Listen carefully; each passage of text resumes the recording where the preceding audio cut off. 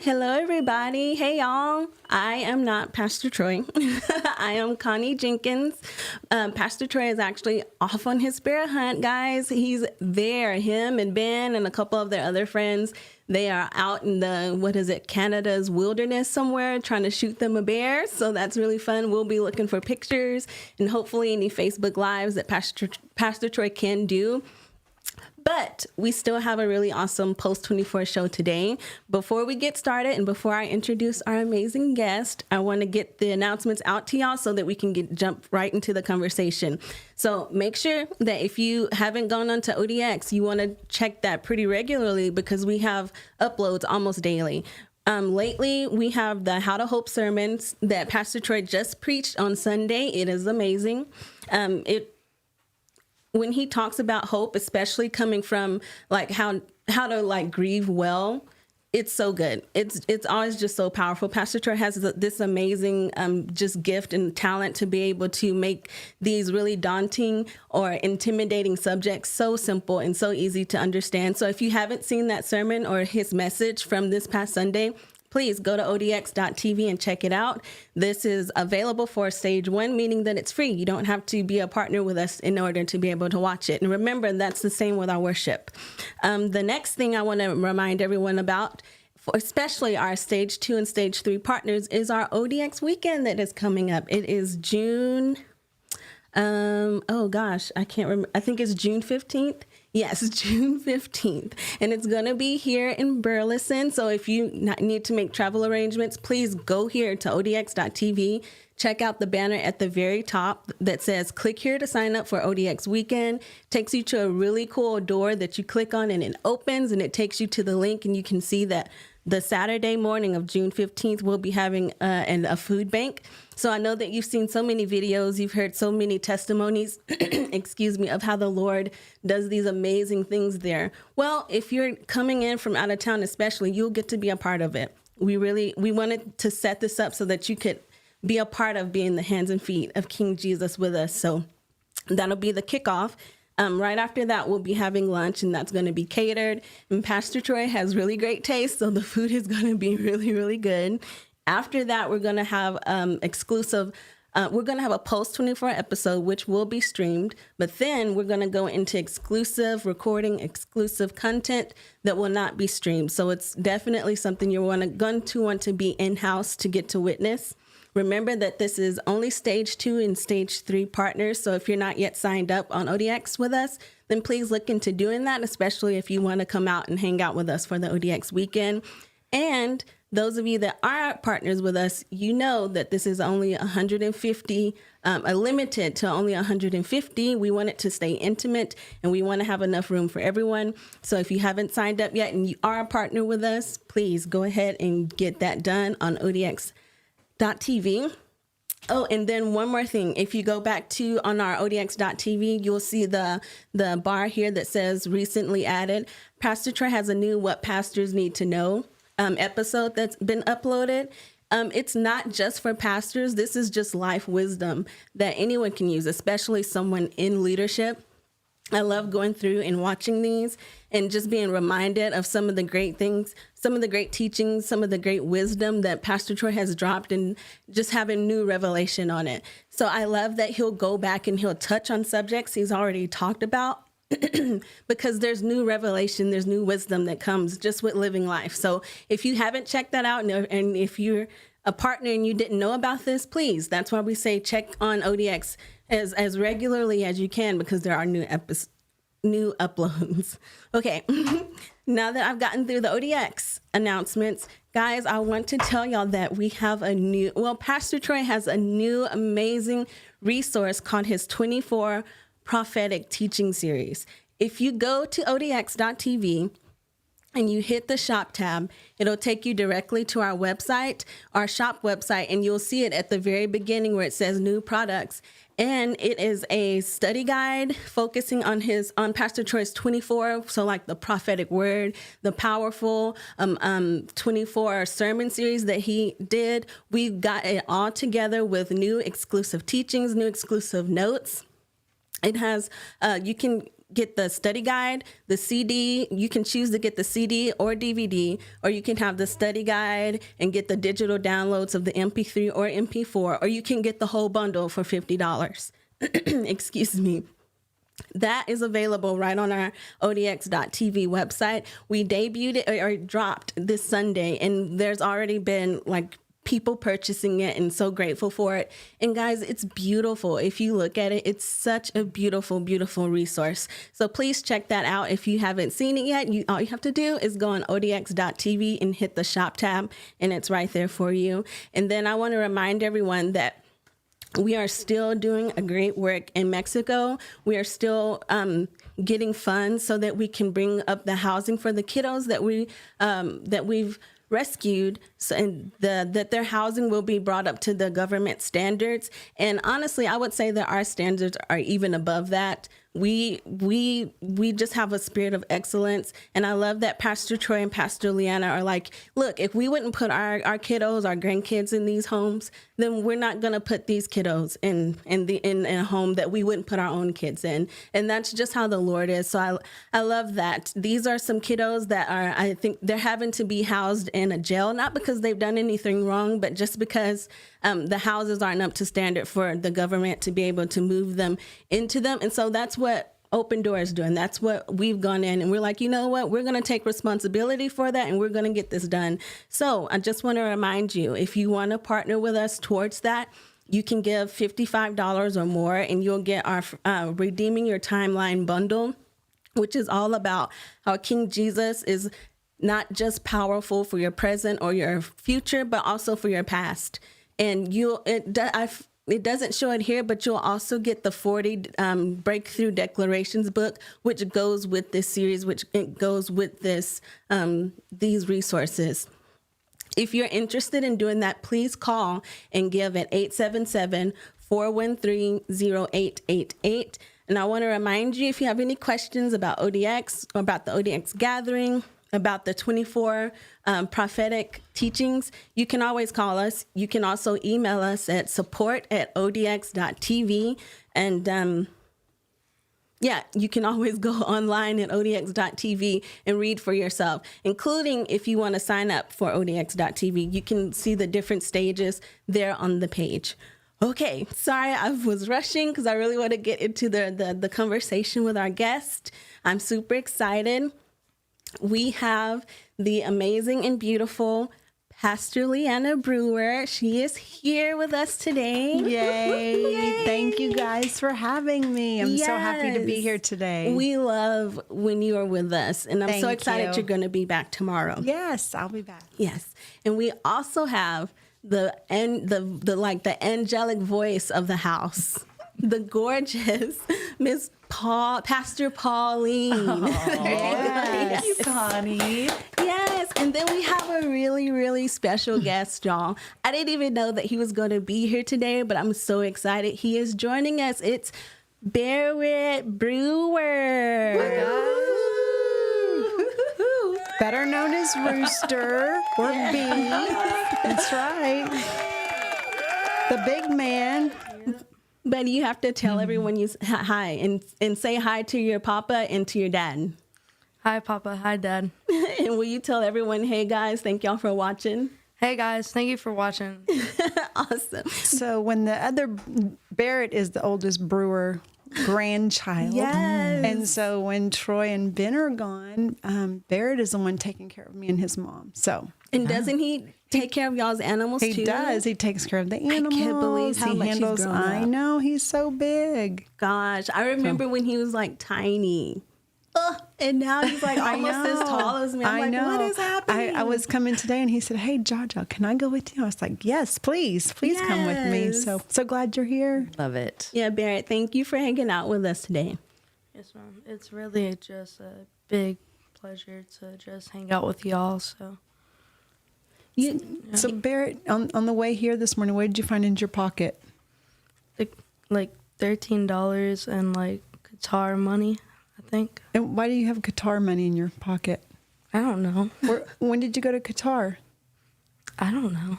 You don't remember? Oh, yeah. At the Ugandan trip. That's right. You went on your first missions trip to Uganda this year, didn't you? Yes, ma'am. Was it life-changing? Big life-changing. Yeah, it's really cool to see what God is doing around the world, but it's really cool, too, to see what your papa and your daddy get to do, isn't it? Yes, ma'am. Yeah, it was really good. You did really good on that trip. Yes, ma'am. Thank you.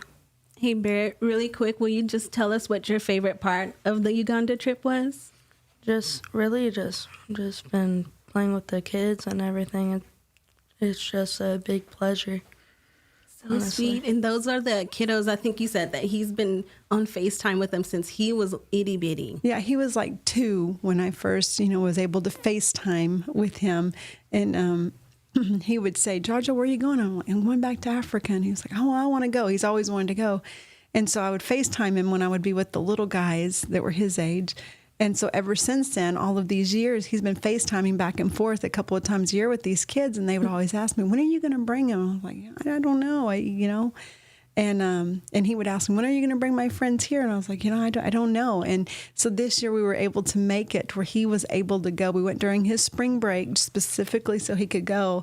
And so him getting to meet his friends, almost like a pen pal, but a FaceTime pal, it was really cool. And the kids, So cool. they couldn't believe it. They couldn't believe it. So it was really good. I love that. That's like a dream come true for Barrett and for them. That's so Yes. sweet. It was. So It was sweet. Okay. So just a little bit more before we get into our conversation, which Okay. it's going to be about the Father's heart, the heart of the Father, like how we know him as a father and how we experience him as a father and how we can see that being developed in our own lives. Because just like the Bible says that we're all sons of God, there's a bit of fathering that all of us have, and I think that there's a bit of mothering that all of us have. It is what it is. If men can be the bride of Christ, then it's okay that we're the sons of God. Amen. But before we jump into that, we have a couple of funny videos. I that love we funny wanna show everyone. videos. Yes, I'm excited. I'm excited too for the audience to see them. I'm glad that this is something we've added to the show. I think it's so much fun. But so there comes a time when you are parenting, when you have to be extremely patient and you have to be extremely founded on the love of the Father, because things like this happen with your kiddo. Yes, they do. Excellent segue.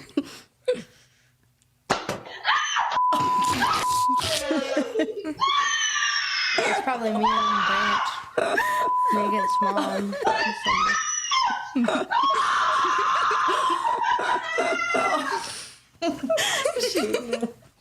I'm pretty sure that's happened to me. Yeah. Like, what do you do at that moment? Like, what do you do? There's nothing. You rely on your Jesus inside of you, that's for sure. Yes, For sure. lean in. And then one more, guys. And this is just a reminder that we don't need to try and carry all the heavy burdens that we come across. King Jesus is the burden bearer. There's a reason for it, guys. He can take the load and we cannot. Here's a good example.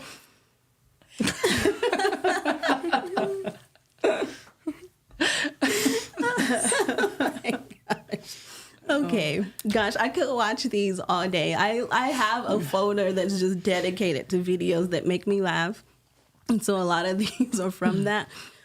But anyways, now let's get back to what we are here for, which is talking about the Father's heart. Okay, so the way that we want to open the discussion is to ask you, ladies, how do you personally experience the Father's heart? Like that intimate relationship with him as your father. You want to go first? You want me to? Oh, well, I actually have a story. When you let us know we're talking about the Father's heart, I have a story about being my father's daughter. And I was on a co-ed soccer team, but I was the only girl. And so there was one day, we had been a few games in, and I was getting ready for school. He was getting ready for work.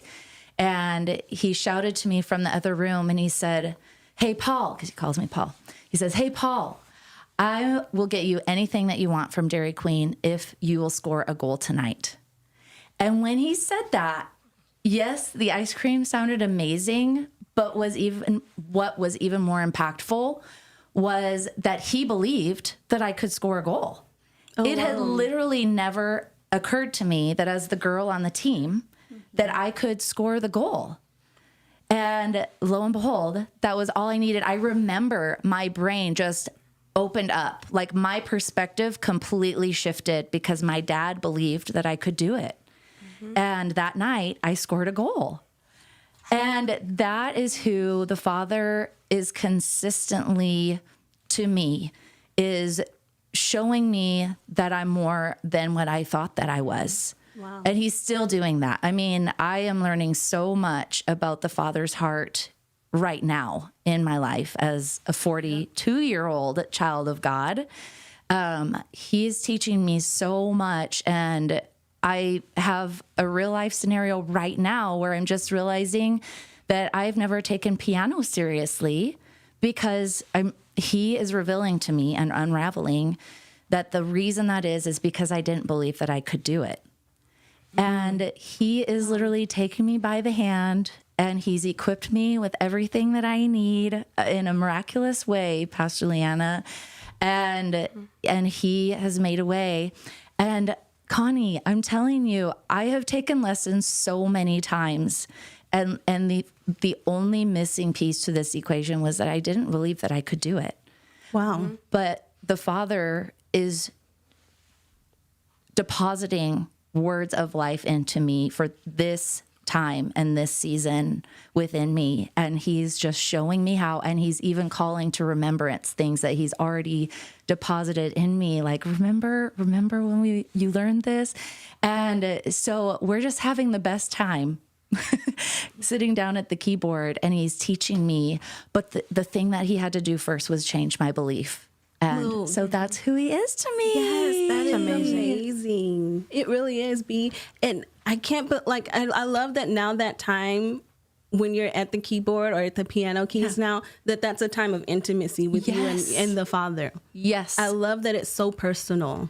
It's changed the game because as a musical person, a reason that I just could not wrap my mind around it was because if I would make a mistake, I would get angry with myself. I would just tear myself apart. Or if it didn't come so natural that I could play, like Mozart by the end of the, I'm never going to get it. And he has just caused me to be so patient and kind with myself and given me a tenderness for me that I never would have had just by Pauline. You know what I mean? Yeah. And it's just a beautiful, beautiful journey that we've just embarked on. So, yeah. Recital coming soon. Yay. I'm on the front row. Yes. I'm on the front row. I tell her all the time, if I could sing like you, I would never talk. I would just walk around singing all the time to everybody. Oh, yes. I love that. I cannot. Everything would be a musical. I know, it would. It would be, my life is a musical. Yes. You're the best. Oh, I'm telling you, we go everywhere, and I've been in every situation, and I, honest to God, wouldn't rather hear her sing than anybody else in the world. It just makes my heart happy. And we were just in Korea together, and it was so beautiful. We were with a really good friend, Kendra, who sings like an angel as well. And we were in this church that kind of looks like an ark. Oh, whoa. Yeah, it was different. It was different. It was really neat. And anyway, the acoustics in there were fabulous. And she and Kendra just started singing. It was the most beautiful thing. You would have thought angels were in there singing. Bet. We were like, oh my gosh, we get to hear this. It was so cool. So cool. Love that. Honestly, that was one of the things when you were talking, Pauline, and sharing about your new journey with the piano. I was like, I would, if I had the voice, I'd be like, I don't need that. Exactly. I'm thinking, how can it get any better? Like, really? No, it can. She can do it with the piano now. Yes. Of course it gets better. It's gonna be amazing. Hey. Well, see, and you guys are displaying the Father's heart towards me right now. So that's in real life. It's happening. I am so excited. That is amazing. Yes. Thank you. So, Pastor Leanna, how do you experience the intimate relationship with the Father, like with God being your Father? I remember being, I have so many funny dad stories that I'll share for Behind the Veil, but But young in ministry, when Troy and I first started ministry, and he was talking to a friend of ours, and our friend had some very serious dad issues, abandonment, all of these things. And he was talking to Troy and I, and he was being very candid and very real, and he was ministering too, and he loved the Lord. But he would tell Troy, I'm just having this problem, like connecting with God, believing that he's here, believing that he loves me, believing that he knows me, but I know it's true. I'm just having a hard time really connecting with that. And Troy, because he's just full of wisdom when he was young, he said, a lot of times what happens is you put your earthly father, the persona of your earthly father, on God the Father. So how you see your earthly father is a lot of times how you're seeing the Father in heaven. So true. And he said, you have to be able to get past that. He's not your earthly father, And for me, I had a really good dad. And I was the first girl. I have lots of older brothers, but I was the first girl. And so I was a daddy's girl really bad. I was really bad. Yes. I owned everything. And I'm sure my brothers were at times like, oh, my God, here she comes again. I was like, Joseph, can we throw her in a pit, please? No, my brothers loved me. They were good to me. I don't know if it's because they were afraid of my dad or they really just loved me. I'm not sure, but I was well taken care of. But I have always had a very, very close relationship with the Father. I've always known that I'm loved. I know that I'm loved. I know that he hears me. I know that he's near. I know that his heart is for me. I have never, ever doubted that. I know that he protects me. I know that he sees me. And so none of those things have ever been far from me. My parents instilled that into us as kids. Always my mom would say, if she wanted us to clean the house or whatever, and she'd say, well, if you knew Jesus was coming, would your room look like this? And we would go, well, I guess not. And she's like, well, he's here. He's here. He's everywhere you go. Wow. And that was like a daily thing. And she'd say, if Jesus was with you, would you go there? Well, he's with you. He's always with you. And so I never had that idea that he wasn't always with me, didn't always see me, didn't always know me. So his heart has always been for me. And I've seen his heart for other people, which makes me love him even more. I was talking to someone yesterday, and we were talking about missions, and we were talking about Africa specifically. And they said they had never been on a missions trip. They went with us this time, and they said, we've never been on a missions trip that people did things the way that you guys do them. And they said, we've always been taught that when you go into a village, you don't want to Americanize them, which is our philosophy too. We don't go Americanize anybody, but we do kingdomize them. Right. And so there is a difference. And so they said what we would do is we would go in, and if these people lived in a hut, we would just fix their hut. But you guys build them like real houses. Why would you do that? Because you don't want to Americanize them. And I said, well, that's not Americanizing them. That's kingdomizing them. Because anytime the Father shows up in your life, it's transformed. Right. It doesn't look like it did. And if you're going in and you're fixing something for somebody and it looks just like it did before you got there, you've not done anything. But if there's an actual transformation, when you're born again, when the Father comes and takes up residence in your life, you are completely transformed. It doesn't even look the same. It doesn't. I remember when Troy and I first got together, I met him the day after he got saved. And it was, I didn't realize. Yeah, no, it was the day after he got saved. And that's just Jesus, because I was the church lady. There's no way I'd have ever gone out with him. Wow. Had he not been saved, it would have been, God is so good. But I can remember being with him places and people coming and going, we just want to look at you. You're so different. You just even look different. And I thought, what is going on? What did he do before? What did he look like before? Yeah, exactly. I'm like, what am I getting myself into? And some of those stories, thank goodness I didn't know until after we got married. But that's what the Father does for you. He completely transforms you. And so my life is a daily transformation because I have a daily relationship with him. It's a very intimate relationship. There's nothing he doesn't know. Right. There's nothing he doesn't know. And if you can get past that and go, if he knew this, then he would be ashamed, or if he knew this, he wouldn't love me, or if he knew this, he would judge me. He already knows. He knows. There's nothing he doesn't know. So when he asks you a question, it's not It's not because he doesn't know the answer. He asks you that question so that you can deal with whatever that issue is, so that sin doesn't have a hold on you anymore. Right. Yeah. Yes. And the devil doesn't have any more cards to hold against you saying, oh, well, if you do this, then I'm going to blackmail you and tell God. Well, God already knows. He knows. He already knows, and he already loves you. There's nothing you can do to make the Father love you. He loves you because you're his. My daddy loved me because I was his. And if my earthly daddy could love me like that, can't even imagine. Right. I just can't imagine. I didn't realize when you were just talking about the mission trips. I didn't realize that there were people.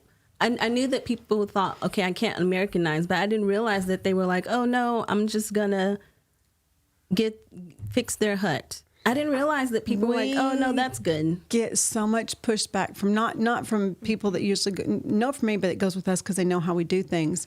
But even like these houses you're talking about in Mexico, people would rather these kids stay in jail than to fix the houses the way they need to be fixed, because that's just their plight. Where is that in Scripture? Show me in Scripture where that is. That's not scriptural. If the That's father religious. if the father had that same mindset, then he would have left us in our plight. And he says, I'm going to prepare a place for you. I'm making a new heaven and a new earth.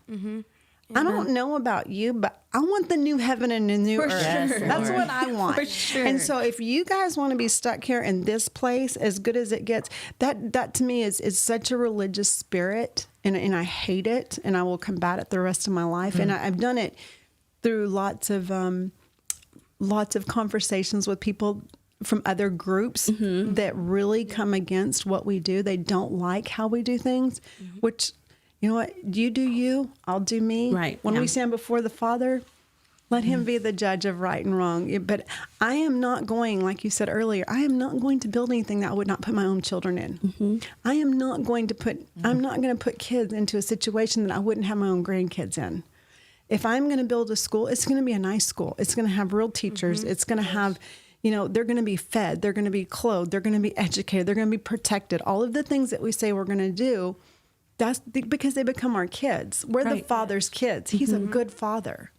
And he says in Scripture, if an earthly father is going to give you something good to eat, how much more am I going to do? And if we're representatives, if we're ambassadors of our Father and we're representing him, what we do for other people better be way better than what they have to begin with. Yes. Amen. Yes. And so it's a crazy mindset, but it's real. It's very, very real. And people really think like that, and it's sad.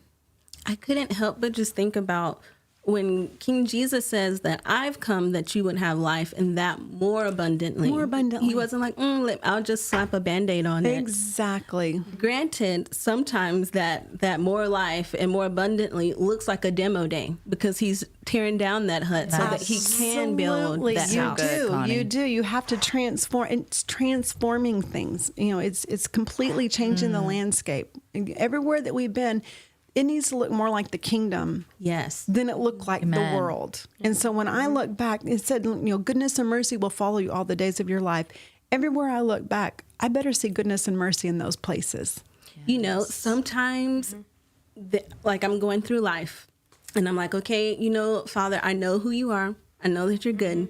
And I know that this is a hard season, but I just feel like, okay, I'm not really seeing your hand right now. And those are times where I'm like, okay, I remember, if you can't see the Lord's hand, his heart. Yes. But a lot of times I don't see what he's doing right now, but I can look back and I see that goodness and mercy have followed me. Yes. And even though I don't realize it right now, I'm in a blessed spot. So it's amazing that you mentioned, like, no, I will look back and I will see goodness and mercy following me. That is like, the yes. fruit. So good. Yeah, that's the fruit. I remember because I grew up in a very traditional denomination, and we were always taught, if you're in ministry, you're supposed to be poor. Where that ever came from, I have no idea, but you're supposed to be poor. Well, how does that reflect my Father? Right. If I'm poor. And they said, well, Jesus didn't have a plate. Jesus had 3 years to get a whole lot of work done. Jesus had a purpose and a plan. He has a purpose and a plan for us. But Solomon didn't live like that. Abraham didn't live like that. Moses didn't live like that. Even Jacob, the trickster. Esther didn't live like that. It doesn't mean, I'm not saying everybody's going to have, this grand mansion or whatever. And when we get to heaven, we are. When we get to heaven, we are. And I'm not saying it's a prosperity thing. I'm saying that when the Lord comes in, he gives us better than what we can do. Yes, ma'am. Pressed down, shaken together, and running over is what he gives us. And it glorifies him. It does. He says it glorifies me. It glorifies me for you to have these things. And I can't give what I don't have. Wow. So if I'm going to live in poverty because I'm in ministry, then I have absolutely nothing to give anybody. I don't have hope to give them because poverty is not just money. Yeah. Poverty is a spirit. Yes. I don't have hope to give you. I don't have faith to give you. I don't have finances to change your situation. I don't have any of these things if I'm stuck in poverty. But that's not the Father's goodwill. It isn't. It's not. And it's life and life more abundantly. Yes, ma'am, it is. And I love that you said it glorifies him, because you see so many parts or so many times when King Jesus is like, look, I've chosen you so that you go forth and you make things happen. And those things will glorify my Father. And it's like the things that remain, the things that aren't the wood and stubble, the things that are the silver, the gold, the precious stones, those are when you're able to take a field and you've built a village, changing the lives of people through King Jesus. It's when you're able to remove a hut and what put the a kingdom house looks down. like. Yes, that's the Your kingdom. will on earth as it is in heaven. Yes. What's in heaven? Our mansions are in heaven. His goodwill is in heaven. There's health in heaven. There's no more sickness in heaven. All of these things we're going after. We not just build houses, but we take people to the hospital. We take people to the doctor. We build. We do farming to feed people. We do all of these things, and it's not just so that they have stuff. It's for life more abundantly. Right. And it glorifies the Father. It does. And I think that it's really hard sometimes for people to grasp that, okay, yeah, I know that I'm going to heaven and I know that it's all going to be good there. But does the Lord, do I have the right to have a good life here on earth? And it's like, yes, actually, King Jesus paid for you to have that.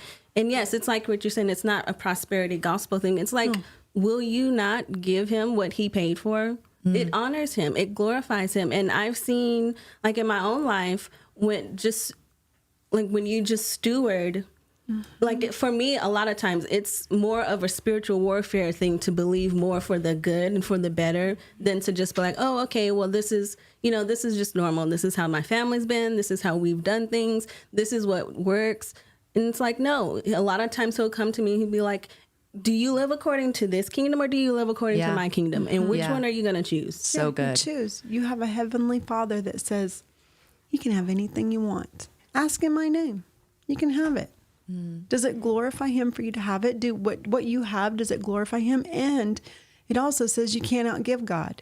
So if you've given all of this to him, he's given it back to you and given it back to you. And then you have more to give and more to give. And it overtakes you. It does. It overcomes. You have so much good and so many incredible things that you're just like, I can't even give this away fast enough.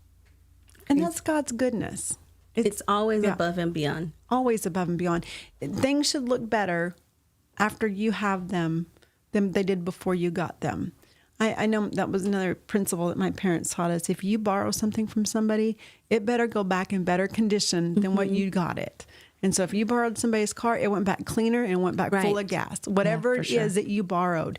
And that's the way it should be when you go somewhere. I remember one time we were in a place, and I won't say where it was at, but we were in a place and we had taken all of these toys for these kids. And I'm a village girl, so it wasn't a village because everywhere I go around the world is a village. Yep. And we had taken all of these toys, and there was some people there that were like, you really shouldn't be giving them because they don't have these things here, and you shouldn't be bringing these things to these kids because other kids don't have them. And I thought, your kids have them. You live in a first world country, and I promise your kids have these things. Why would I not give them to these kids? Why? What makes these kids different than your kids? Because to me, they're all the Father's kids. Yeah. And it's his goodwill to give us good things. And so that discussion comes, you'd be surprised how often that comes across. I really from am. people that are in ministry, people that are supposedly, supposed to be representing the king. Like, I don't know what king you're representing, but my Father, he's good. Well, and It's that's, good. I feel like that speaks to their belief and their personal revelation of the Father's love. Because like you said, you can't give what you haven't allowed yourself to True. receive, Yes. even though it's been given to you. And I heard this recently that, as daughters of God, we have all of this authority. We have a royal position in the kingdom, but we get to choose if we use it or not. And if we don't, it's like having money in our pocket and not Yes. spending it. Yes. It's there, but if we choose not to spend it, then it doesn't do any good. It Right. doesn't move us forward at all. So it really is, it's so much to do with our belief system and who he is, that he could be so good. And you, Pastor Leanna, and Pastor Troy are living proof that the Father is as good as he says he is. He's so good. We just got back from South Korea. And what an amazing trip that Amazing. was. We were able to meet people from North Korea that have escaped. They've literally escaped through the underground and come to South Korea and living a new life. And we met some pastors that risk their life to still take care of the North Koreans in North Korea. Wow. Can't tell you a lot, but it's amazing. It's remarkable what those people did because they understand the love of the Father and how he loves them so much. And they want to go back and make sure that the people there know. And they're going into China and they're going into all of these places that me and you can't go into. And they're saying, but God loves you so much, so much. The Father loves you. And it's being transformed by the renewing of your mind. It's all a mind thing. It's all the way we think. It's all the things that we choose to believe. We look at Adam and Eve and we go, how can you be so stupid to believe that lie? God told you he was with you. Well, God has told us and he's with us. And how many lies have we believed? How many lies have we walked through that we're having to undo because somewhere somebody taught us that you're supposed to be poor your whole life? I thought that for forever. That was what I grew up believing. That's what I did poor really well. I was good at it. I could function really well poor. But when the Lord spoke to me and was like, that is a poverty mind spirit, and I need you to get rid of that. And I went, what? I thought it was me being humble and meek. And he was like, no, that's poverty and it's sin in your life. And you need to get rid of it. And I was like, wow. And when I finally confronted it in my own mind, in my own spirit, I was like, wow, now I have something to give other people. And it's life more abundantly. I'm going to live my life out loud to the fullest and make sure everybody around me has the same opportunity. And it only comes by transforming of your mind. And it's not Americanizing anybody because that doesn't work. So good. We're a mess. We've been all over the world. We're a mess. I tell people all the time, I'm not here you definitely don't want to be Americanized. But I will bring the kingdom to you. So good. Because I'm actually a citizen of the kingdom. And Lord, your will be done on this earth as it is in heaven. So that is my job as an ambassador of the kingdom, is to bring the kingdom. Amen. And that culture is the one I want to bring. It's not the American culture, but it is the kingdom culture. And everywhere the kingdom is, there's life, there is transformation, there's hope, there's all of these things. So speaking on bringing the culture, like the kingdom culture, that's like, that is the Father's heart, and it's the Father's heart made manifest, and it's like the Father's heart seen. Yes. Just like how Jesus was the Word of God seen. Yes. But so I want to ask y'all another question, and it's based off of one of Pastor Troy's really cool notes, one of his bullet points in his notes, and he says that the exploration of the Father's heart to personally know him is one of the greatest opportunities and highest privileges ever offered to us. And my first thought is that for God to be who he is, that is extremely vulnerable of him to make himself available to us in that way. And with that being said, like, how do you personally honor that choice that he's made? That choice to be like, look, I have made this available to you, and you can choose to access me in an intimate way. You can choose to have this relationship with me, or you can stay, like the the elder son who was like, I'm just going to do what I'm supposed to do. And I'm not going to really jump into that, intimate part of the relationship. I'm just going to be a good son and not get in trouble. And it is what it is. And then you get upset when the intimacy part of the father reaches out to bring in, someone else, and you see them experiencing this relationship where you're like, well, I didn't know that was available. Well, no, we don't have that excuse. The Lord has told us that is available. 100%. So good. It's the difference between Martha and Mary. And he says, Mary chose the better. Mary chose the better. And what that means is we can go out and we can do all of these incredible works and stay busy. And we stay busy. That's just part of how we're wired. We love to be busy, and we love making things beautiful and incredible for the kingdom. But if we don't stop and sit at his feet and listen and enjoy those intimate times with just you and him, just me and him, then we don't have the Father's heart. We have the works to show, but we don't have his heart. You only get his heart through intimacy. If you're married and Troy and I work together all day, every day. We travel together. We're around each other 24/7. But that doesn't mean we have intimacy if we don't stop and say, okay, it's just me and you now. What do you want to talk about? What is on your heart? What are you thinking? And otherwise, we get busy knowing everybody else's business and handling everything and financing all this and figuring out how we're going to do that. And we get a lot of stuff done. And it's beautiful and it's wonderful and it makes everybody else's world work. But then we're missing the greatest opportunity, which is to know each other and to love each other. And the Father's done the same thing. He's like, you can have all of me. All of me. As you can have, I love what Troy says. He says, you can go to the ocean with a spoon, or you can go with, a gallon bucket, whatever. You can have as much of it as you want. But it's up to you. What do you want? And the Father has done that. He's like, you can have all of me. King David was a man after God's own heart. It doesn't mean that he acted just like God. He was after God's heart. He was a man after the heart of God, and it melted him. Any daddy that especially has a little girl and she loves her daddy, you own him. I owned my dad.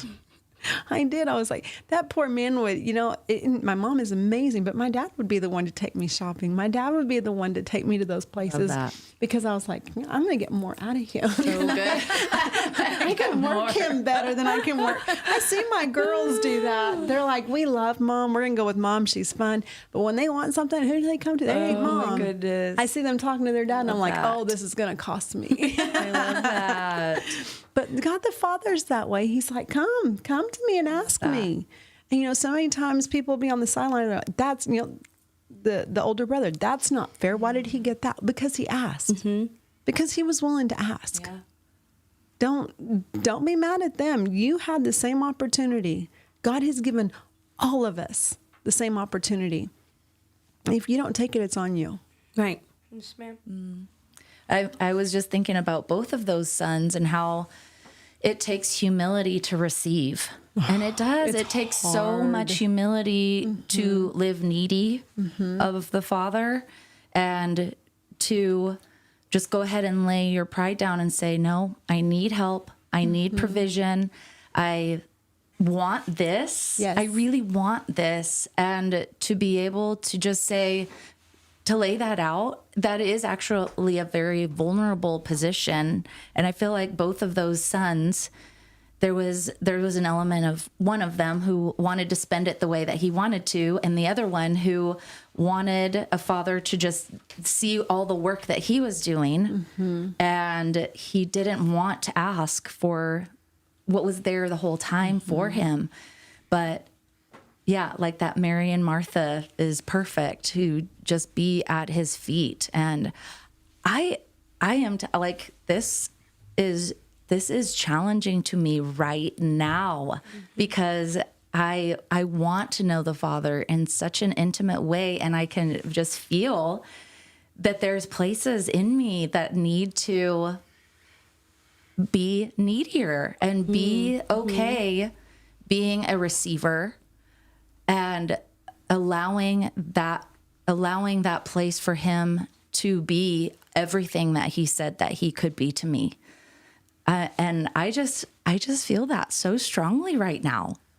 Well, I love that you said that, because that kind of leads into the next, I guess, like bullet point is just that fear. Okay, like we know that we have the riches of God, the Father, available to us. Yeah. But the different ways that we hold back, because we're like, even though we know that he knows it all anyway, just the fact of you yourself having to deal with the emotions or whatever that are behind those different walls where you're like, okay, I have learned to build up walls in this place or in this area.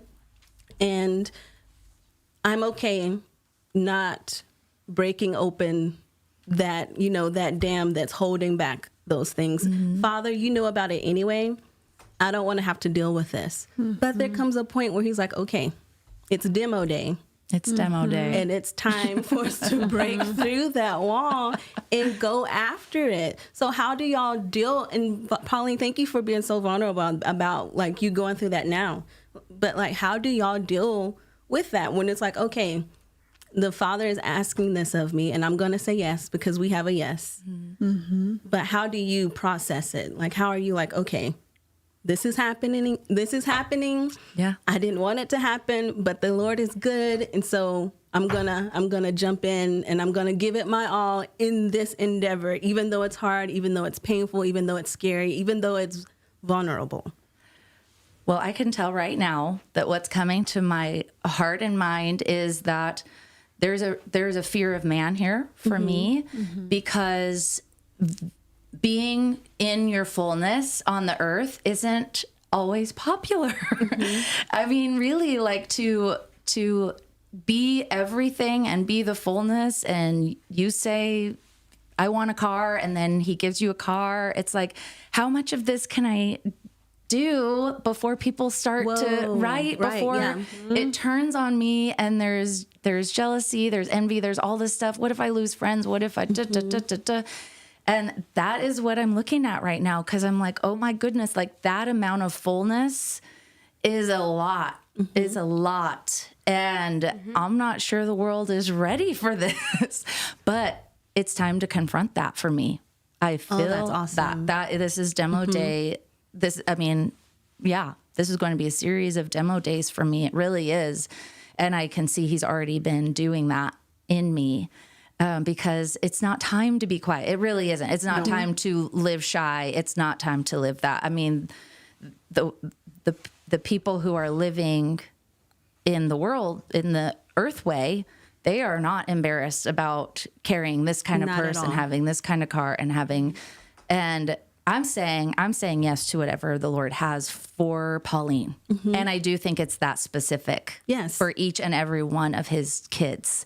Your dad wouldn't have gotten me the same clothes. Well, wait, in my case, they'd be pretty similar. But Leanna is still going to have her very own way that the Father knows. This is Leanna and this is Pauline. And he's not giving hand-me-downs.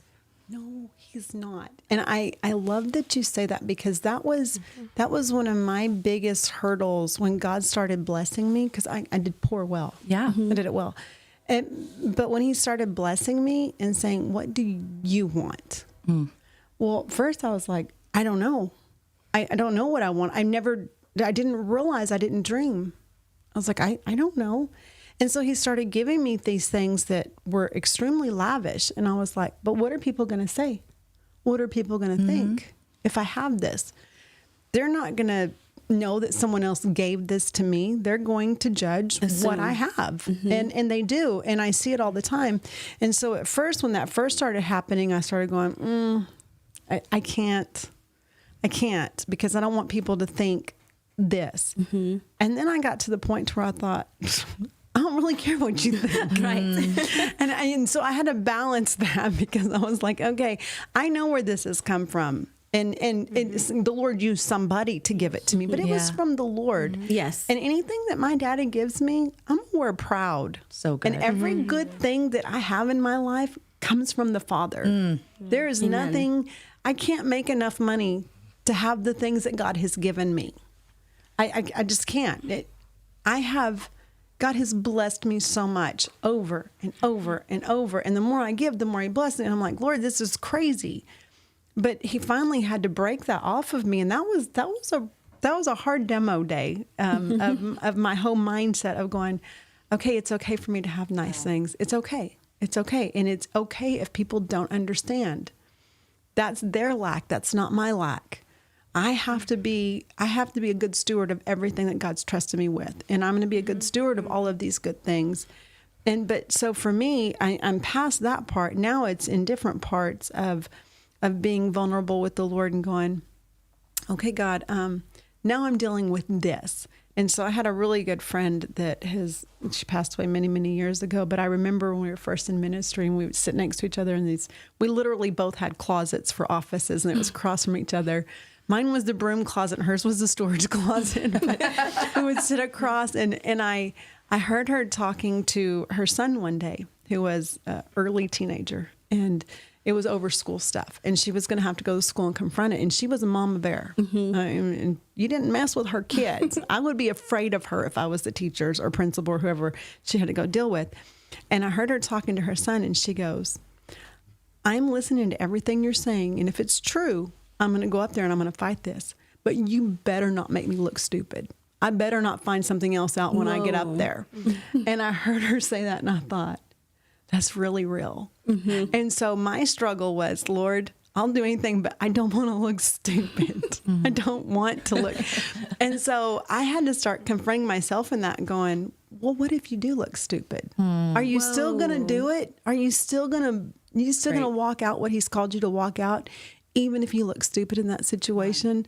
And I finally just had to go, yes, of course I am. Yes is the answer, but man, God, please don't make me look stupid. Nobody wants to look stupid. And then you get to the point where you're just like, who really cares? There's a point where all of us look stupid. It just depends on what's your definition of looking stupid, you know? So you just have to really get past all of these walls that we have, because we all have walls. We do. I'm like, okay, God, you can have all of this except for this. And I'm going to protect myself from you. What are you protecting yourself from? His goodness, his love. He doesn't shame us. He doesn't condemn us. He comes in and he says, I'm going to take this ugly mess and you're going to be amazed at what I can do with it. Amen. And it's, my favorite shows are those ones where they come in and my favorite thing to get to do is to find something that's in disarray or ugly and organize it and clean it and make it even more beautiful than what people could have imagined. And that comes from the Father's heart. That's what he does. And he's like, that thing that has plagued you for so long that you thought you were hiding. I love that when you're talking to somebody in situations and you tell them, they're pouring out their heart and they're telling your deepest, darkest secrets. And you're like, well, everybody knows that. Everybody can see it on you. You think nobody sees it, but everybody sees it on you. And it makes you look at yourself and go, I think I'm hiding this well, but I don't hide it at all. I don't hide it. It's not hidden. It's there for everybody to see. I'm the only one that is being deceived in this situation. And so here it is, Lord. Here it is. And, one of the many things I love about Pastor Troy is there really is no secrets. No. He's going to tell on himself. He's going to tell you everything that you want to know and don't want to know. And it's, yes. I had a girlfriend ask me the other day, she said, does all of this really, I was like, oh no, it's all real. Every single bit of it. He documents our life. It's all real. There's witnesses to every part of this craziness. And I was like, it is what it is. He just tells everybody, because he's not going to let the devil have anything on him. There's nothing he can hold against him because it's all out there. Right. So, but I think that's, you get to a place and it's you're able to tear down the walls a lot quicker. There's a lot less renovation. The big first one is big, and then it's just tweaking those little places. But the big ones, they're big. I can remember when I was a kid, my mom, it was a clean freak, which has been passed down to generation to generation. And what she would do is once a month, she would come in every room in the house. So there were so many of us. The girls would do the inside and the boys would do the outside. Yeah. And she would come in every room, she would take everything in that room. It didn't matter what it was, put it in the center of the room. Every single thing from every corner, every drawer, everything. And we're going to work from the center and put things back and get rid of whatever. But everything was going to be reorganized. And that was her cleaning method. And I see myself doing that now, even in my spiritual life and in my heart and in my mind, I go in and I do that. And I'm like, okay, let's just bring it all into the middle and let's get rid of what needs to be gotten rid of and put away what needs to be put away and clean up. And then in that you can do, your remodel. You can paint and you can change and you can buy new things or get, whatever it is.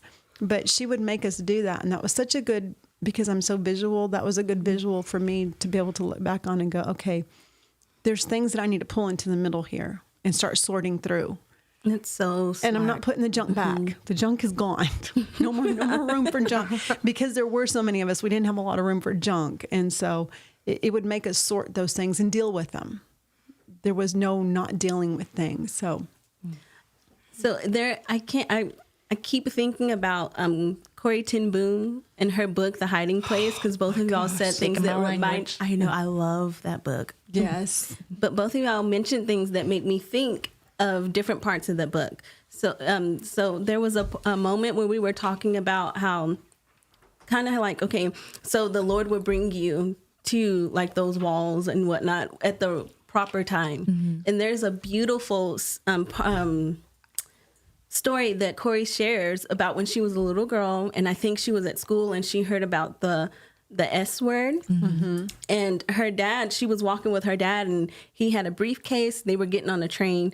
And so he puts down his heavy briefcase and he tells her, pick it up. And she tries several times and she's not able to. And he was like, that's what that word is. It's too heavy for you to deal with right now. But at the proper time, then I'll be able to tell you about it. And I was like, oh my gosh, that was so wise. Just such a good dad. He was an amazing father to her and her sister. And then there's a story about her sister who, wherever she was, whatever kind of environment it was, she was able to make it beautiful. And that's what I was just reminded of. My favorite story from that book is when her and her sister were first imprisoned before they were sent to one of the camps. And her and her sister were in separate cells, but when she would pass by her sister's cell, she would see that her sister had gotten all the ladies to take their scarves and like tie them up so that each of the lady on the wall, so that each of the ladies would have a place, and had just organized things to the best of her ability in the situation that they were in. And that's both of those stories have never left me. Mm-mm. And both of those are a really, really good example of the Father's heart, where he's able to bear burdens and things that we can't. But when we're able to, he has the timing of that, and he will bring us through that process. And then just like what we were talking about, the Lord makes situations better. He brings transformation. And I love when Pastor Troy says it's not enhancement, it's transformation. Transformation. Is it. Mm-hmm. That's the kingdom. And I can't believe it's 2 minutes until the show is over. It has been amazing. It has been such an amazing conversation today. I don't know how to thank y'all. Both of y'all have so much wisdom and so many pearls that y'all just offer to the world. And I'm so grateful. Every time that y'all say yes to coming on the post, I'm super excited. And I feel just so honored that you would come, especially when it's just me. Well, that's why we came. Yeah. We love Connie's the highlight. Yes. We love. Thank you for your yes in this. Yes, thank you for much. what you do. Thank you. Barrett, tell us real quick, how do you know that God loves you? Really, I have just a blessed family, and they love me so much, and Jesus just gave that to me, and it was a big pleasure. And I honestly thought like I couldn't have a more better family. Well, I agree. I couldn't have a more better family either. So sweet. Barrett, thank you so much for hanging out with us today, bud. You were awesome. Thank you. Your papa's going to be jealous. Yes. All right, everybody. I want to thank y'all for watching the show. I know it's been amazing. I think it will be posted tomorrow if you want to go back and watch, because I definitely will. So I'll have a chance to take notes this time. I want to remind everyone, our Stage 2 and Stage 3 partners on ODX, that our ODX weekend is coming up June 15th. Yay. Make sure that you go to the website and you click on the banner. It'll take you directly to where you need to sign up. We're going to be having an amazing time at the food bank Saturday morning. We're going to have a beautifully catered lunch. We're going to have an amazing Pulse live with y'all as our audience in-house and then streamed online. But there will be an exclusive portion that you'll only get to be a part of if you are in-house. So if there's any way you can make it out, please come out.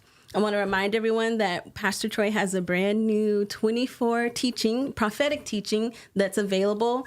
It comes with an exclusive study guide. It has amazing notes, amazing practical questions, amazing things that will get you to it's not just, okay, just read through it, see the notes, whatever. There's places where you can take notes. There's questions that kick you off into a deeper thought process or a deeper journey going after King Jesus, which is always my favorite. And you can get the study guide with the CD, a DVD, or you can do the MP3s or the MP4s. Excuse me. And then I want to remind everyone, hey, go and check out odx.tv because there are uploads that get uploaded every week at least. And one of our latest is Pastor Troy's How to Hope sermon from Sunday. And also, so good. It was so good. So good. And also his what pastors need to know which is what he talks to our pastors, our leadership team. This is what he teaches to them. And then he wants to share it with our partners. So make sure that if you are a partner with us, this is a beautiful resource, a powerful resource that you have. So make sure that you check it out whenever you see it, especially when it's on the recently added bar. Okay. And everyone, please be praying for Pastor Troy and Ben and his friends while they're up in the Canada's wilderness hunting them a bear. And the pause. Yes. The pause. Oh my gosh. And I just want to thank everyone for tuning in. Please, y'all, be lifting up Pastor Pauline and Pastor Leanna and Barrett. Thank them for joining us today. It was a brilliant show. It was so good. It's so easy to talk with them and just to draw out on the wisdom that they have. Beautiful. And I just want to go ahead and close up with everyone and remind us all that we are the head and not the tail, above and not beneath, and highly favored of the Lord. We will see y'all tomorrow with Pastor Leanna. Bye, y'all.